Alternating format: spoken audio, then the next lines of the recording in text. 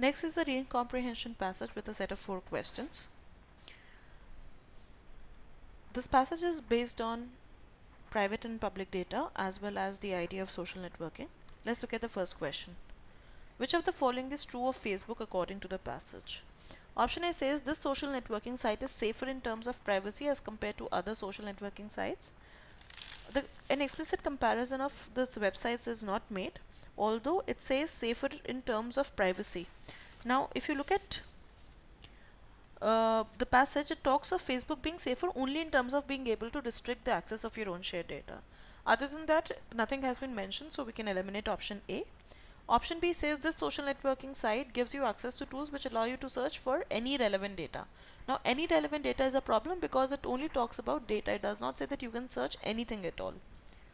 Option C says the social networking site does not provide any foolproof method of maintaining the privacy of your data. This has not been commented on in the passage and hence is out of scope. Option D says you cannot control the privacy of data related to yourself even after limiting the access to your data on Facebook. This is true as the author has very clearly stated that you might be present in the photographs taken by other people and hence your privacy is not absolute on these websites. The correct answer to this question will become option D. Next question says, which of the following best describes the complexity acknowledged by Dana Boyd? Option A says your data is not relevant only to you but to others who use algorithms to interpret it. Although the passage has stated that algorithms and data mining is used in order to create clusters of people, but this does not mean that my data is relevant to an algorithm. That relevance has not really been commented on. If we look at Dana Boyd's example, we find that it has been said that many people who upload images or comments to social media site include other people in material, either deliberately or inadvertently. As Boyd observes, I can't even count the number of photos that were taken by strangers with me in the background at the Taj Mahal. So, if you look at this option, if you look at these statements, then option B becomes quite relevant. B says with private lives available on social media, your privacy is no longer your private issue. This statement, although looks general, is relevant to the argument given because it is stating that even if you don't want to upload a photograph, somebody else might do it for you. Option C says photographs taken at tourist places need not necessarily include only those people on whom the camera was aimed. Although it has been quoted in the paragraph that the Dana Boyd was not aware of how many people clicked the photograph with Boyd in the background, this does not mean that the camera was not aimed at the person, and hence C cannot actually be deciphered from the passage. D says your social identity is created by an algorithm even if there is a lack of personal data. The social identity in absence of data has not yet been talked about in the passage, hence this cannot be the correct answer. Next question says the author is most likely to agree with the following statements except. So we need to pick a statement which the author might not agree with. The answer to this question is option B. B says people share a lot of personal details on social networking sites because they assume that it is possible to have privacy on these sites. If you look at the second last paragraph, the first line of the third last paragraph says many users have come to realize that the information about themselves and their friends and family members that they choose to share on social media platforms may be accessible to others depending on the privacy policy of the platform and the ways in which users have operated privacy settings. Information is shared on Facebook. Hence, this means that people are aware that the information that they share on social networking sites may not remain private. Hence, author is not likely to agree with option B.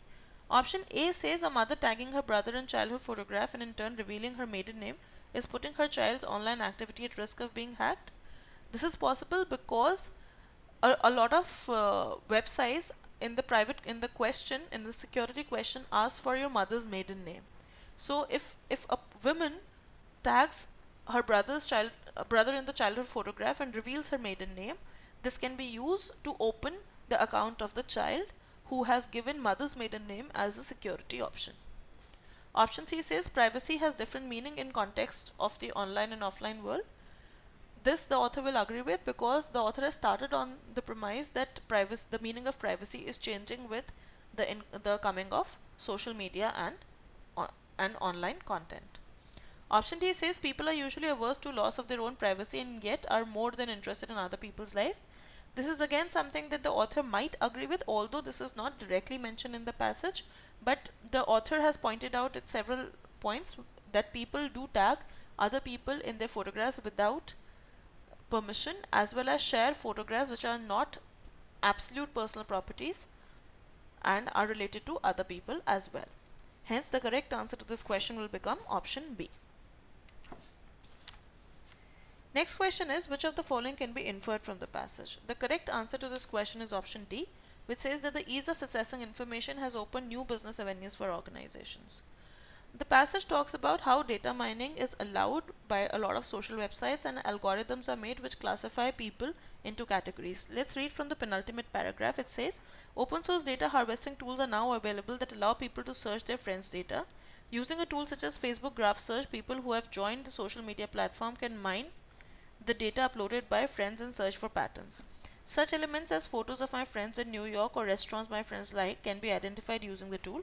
In certain professions such as academia, other people can use search engines to find out many details about one's employment details and accomplishments.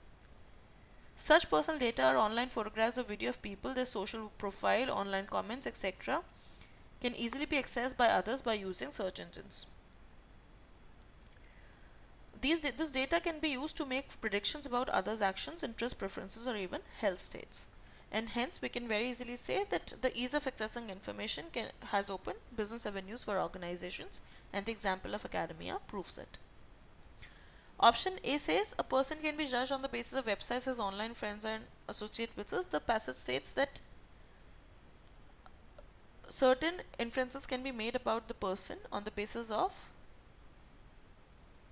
the data available about him, but the passage does not comment on that judgments being made on the basis of websites visited.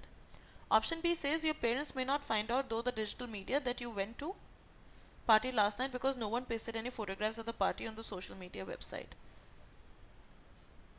This cannot be inferred because although photographs have been mentioned in the passage and one can be tracked through photographs, the passage does not comment on what will happen in absence of these photographs.